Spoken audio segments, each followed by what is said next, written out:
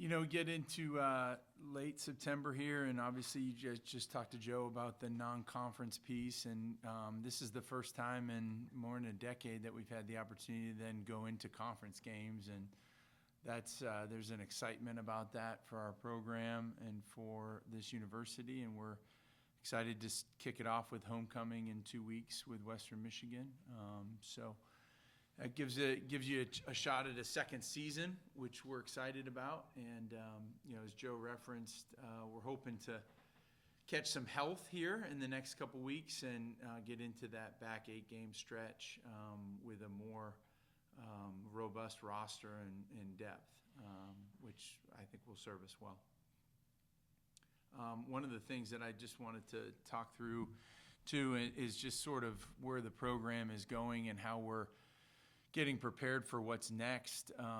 We met during the bye week last week with Joe and a number of his personnel staff, player personnel staff and recruiting staff, to talk about this upcoming, if the portal windows change, which Joe just referenced, and then obviously the opportunities that we have from an investment standpoint to take that next step, and really getting organized now in the third week of September for what's about to hit in December when you sign the first year student athletes, and then in January if we have that one portal window, and being prepared to build more depth, to build more frontline talent and the ones and the twos.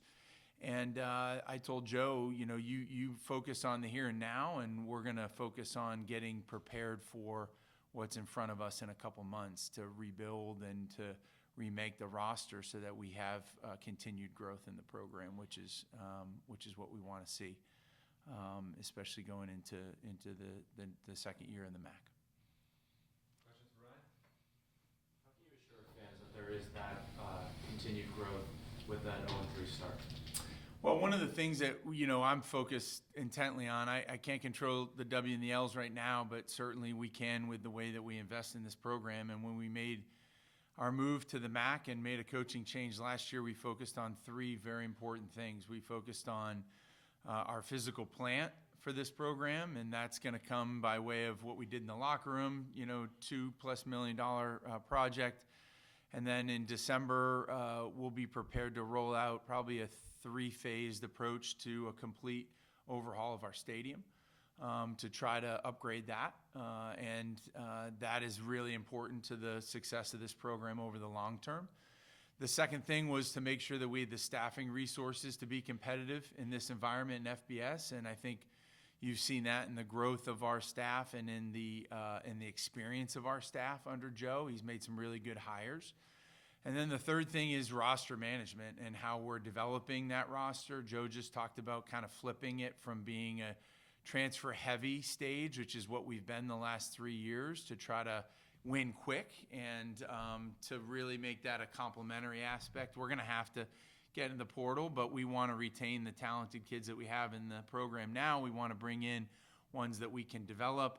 And so we have worked extensively on that over the last 9 months with Joe and his staff. Like, what does that look like?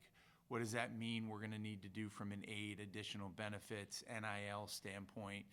And, candidly, we're going to have to overinvest to win. I mean, we've had, sort of deferred maintenance of this program for more than a decade, and it means that you have to invest more than maybe some others do to get out of it.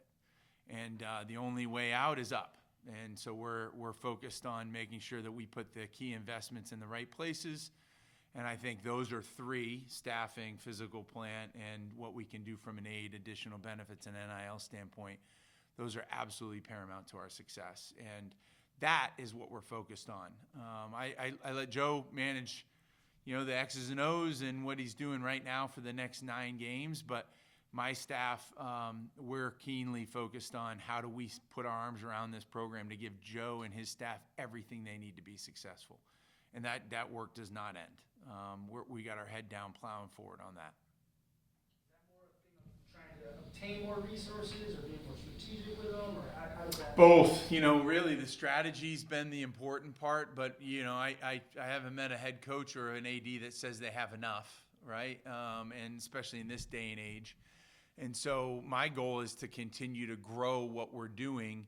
And I think we're really set up well for our current MAC peer group, but I think we need to be substantially beyond them to get ourselves out of this. And that's what we're focused on. We had a 2 or 3 year plan. I talked about it when we hired Joe. Candidly, I've blown that up, and we're gonna invest even more than we anticipated because of this. And that's going out and getting resources. That's going out and making sure that the people that are important to those decisions and those investments are well equipped to make further investments, and that our strategy is sound, that we can go out and implement it.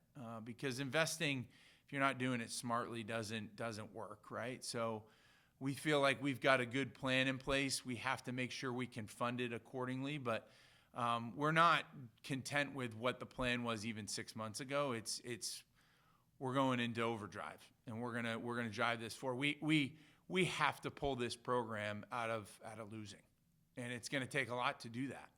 And we recognize that, and it's been 12 plus years of mediocrity to little success at times here in the most recent future. And again, we're going to have to oversubscribe and overinvest to get ourselves out of it. We're prepared to do that, and I'm going to work diligently to that end to make sure that it happens. Without stealing your thunder for what's coming, what type of fiscal plan improvements are we talking about? The stuff to the stadium a lot of it will be around the fan experience. The first phase will be a number of fan experiential things that'll be prepared for the 26 season, because a lot of these projects are hard to get done between the time that the season ends, with commencement also being in May. So you'll see more of our sights and sounds, some of the things that are integral to the game day experience in year one. The second and third phases, which will come in the second and third years, are going to be more structural. They're going to be more aesthetic. They're going to be more about what our stadium looks like, feels like, how it attracts people, what the visual is. When you come down Bernie Dallas Mall, when you come onto campus and look at the stadium on your left, I want that to look different. I want the experience when people come to our venue to feel different. And so we're hopeful that by the 2028 year, all of these projects will be completed. And right now it's between a $25 to $30 million spend. And we're working through that now. Just had another really long meeting last week, and I'm hopeful that in December we'll be prepared to roll out what that will look like and feel like, and what people can expect in the 26 season, the 27 season, the 28 season. Again, I can't say it enough. This is deferred maintenance for us. We have to now catch ourselves up, and we have to do it quickly. There's no doubt. And this building's just over 10 years old, and we just put another $2.5 million into it. And we're going to continue to spend to make sure that this building stays state-of-the-art, stays where it is. This is a strength of ours, this building, but the stadium needs improvements and needs an overhaul. And we're working really, really hard in the next 2 months to make sure that we cross T's, dot I's, and get that plan done and start executing it when the season ends. With the Commonwealth to try to get state funding? Yeah, it'll be a combination. There'll be some private funds. There'll be some. There won't be general operating funds from the state per se, but there'll be some funding models that we've created that I would say are creative through the university, through with the help of our trustees, and will allow us to. Take on some debt service that we think we can service pretty well over the next 20 to 30 years. And again, just recognizing that we have to take a big step forward to be able to get this done, and to make sure that the impact of these changes is seen throughout our fan base, but also gives Joe and his staff something that they can recruit to, that our stadium, that we look at it as a strength and not as a weakness. How can you get those guys to want to stay here with the losing history? Well, I think it's the way you treat them every day. It's experiential stuff. It's making sure that what we do from an academic standpoint, being a top public research university is important. The degree is important to a lot of these guys, to our student athletes. I think the way that we feed them, the nutrition, the sports performance, if they feel like they're growing and developing and getting better, then they're going to stay. And then, let's not mistake it. I think NIL is really important, and making sure that guys feel like they have an opportunity to have success in that space as well, and that we're funding it appropriately. If we're, if a Power 5, Power 4 program is targeting some of our student athletes, it's going to be hard to keep up with those resources. But I want to make sure that we are being strategic about the guys that we keep, and that we battle every time to make sure that in any off season, and the interesting thing about this new portal window, if it goes through, is the month of December, you can't go out and recruit, and you don't have a portal opening. So you have a chance from the time your season ends through the holiday break to really spend time with your roster and say, where do we get better, but also how do we double down on the guys that are here that are going to allow us to grow as a program? And so it's going to be a new environment. I actually think it's going to be a strength for us to spend more time and to make sure that we're doing the right things by the guys on our current roster before we dive into the portal in January. And we're going to have the resources to keep, I think the guys that are going to ultimately matter to our long-term success.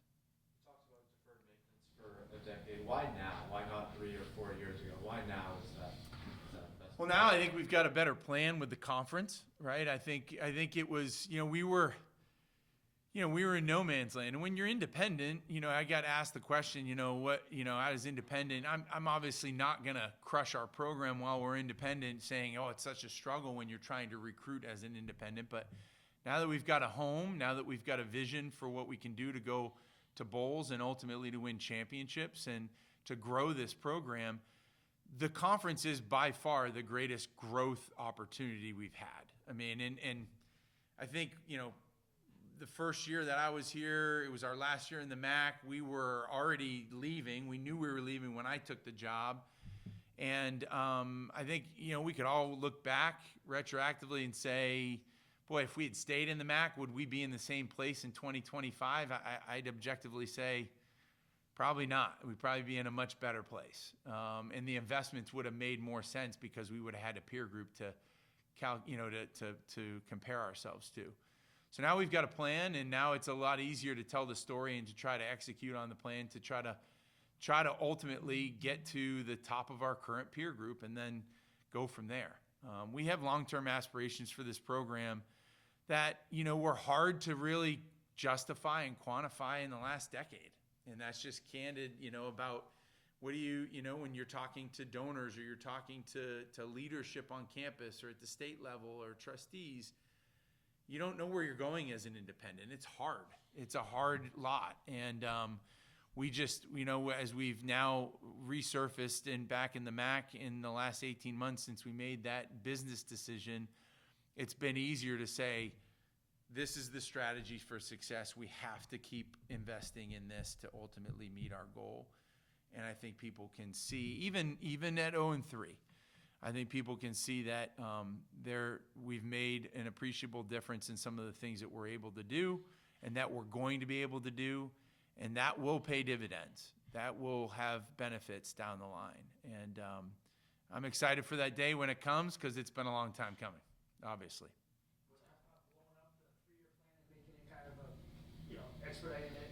What was the impetus of that? Is it the start? Is it the being able to see that there's maybe a lack of depth, the roster?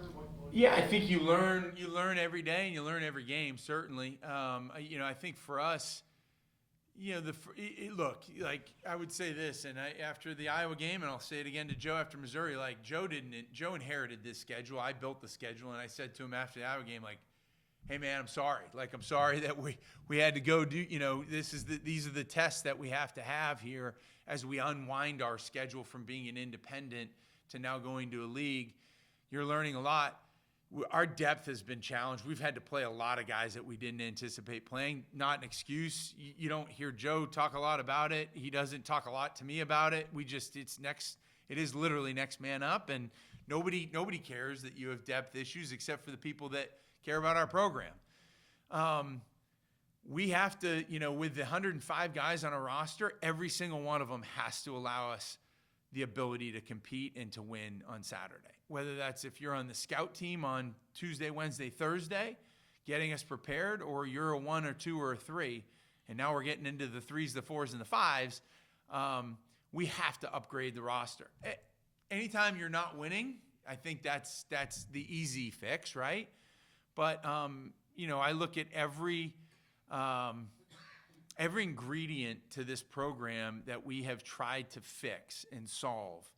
There are some that we're making headway in, and it may not feel that way to the people outside. I get that. We are in I have a calm about this because I can see what's happening. And I know that our fan base is frustrated by it, and they're going to listen to that soundbite, and they're going to say, well, this Ryan's been telling us these things. Well, listen, I'm always going to project positivity.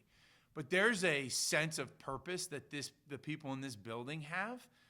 And it's harder than I think even our coaches thought coming in. I would acknowledge that. But there's a calm and a purpose to what we're about to do and what we're doing now that I'm excited about, because I think we finally have the resources to do it. And that's not it's just not. In a program that hasn't won, I know people think that if you can flip a switch. It just doesn't happen overnight. Like, we have to build that culture of winning. You have to win some close games. You have to have kids believe. When stuff gets tight in the fourth quarter, you can't be looking at each other saying, uh-oh, here we go again. Like, no, we got to cut that out, and we have to make sure that culture persists, and that winning culture ultimately overtakes anything we've been in our past.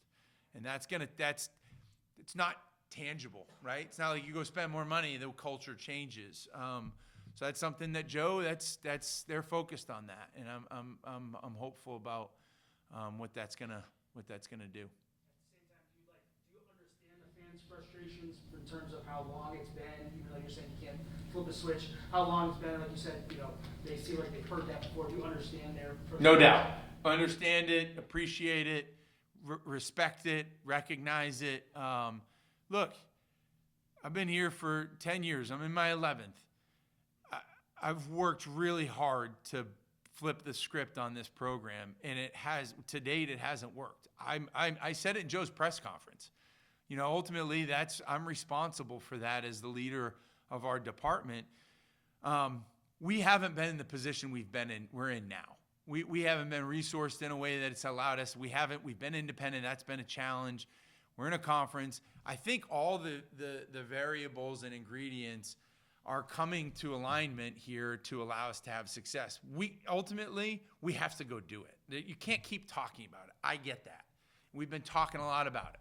We got to be about it now. We have to do it. And I recognize that. I know people are frustrated, and that's okay. That's okay. We're all big boys. We're ready to take on this challenge. We've been ready. We're doing our level best to change this environment and change this culture. And there aren't a lot of people that'll give it, but I'll continue to ask for a little bit of patience as we work through it and make this happen. What kind of progress would you like to see from the team in the next 8, 9 games? Well, one, I'd like us to hopefully get healthy so we can really see what a more depth might mean for us. And gosh, if we can go through a game without losing another handful of starters like we've done the first 3 games, that would be great. We've had to ask guys to grow up quickly. And that will pay dividends down the line, with guys that are having to play now. I'd love for us to be closer to full strength so we can see what this program can do. But at the end of the day, the next 9 games is going to be a challenge in an SEC building this week. And then we get into the 8-game max schedule. I'm hopeful that we can just start to see progress. We need to build momentum going into the offseason. I think that's what every program's looking to do. But an 8-game stretch in the MAC, I think there's certainly some wins out there, and I'd love to. I don't ever put numbers on things, but I'd like to just continue to see progress. I see it in the way that we comport ourselves every day. You know, our guys are doing a really nice job in the way that they handle their business off the field, and I'd like that to mean something with some success on the field too, because I think they deserve it. They've worked really hard. Thanks, Ryan. Yeah, thanks. Thank y'all.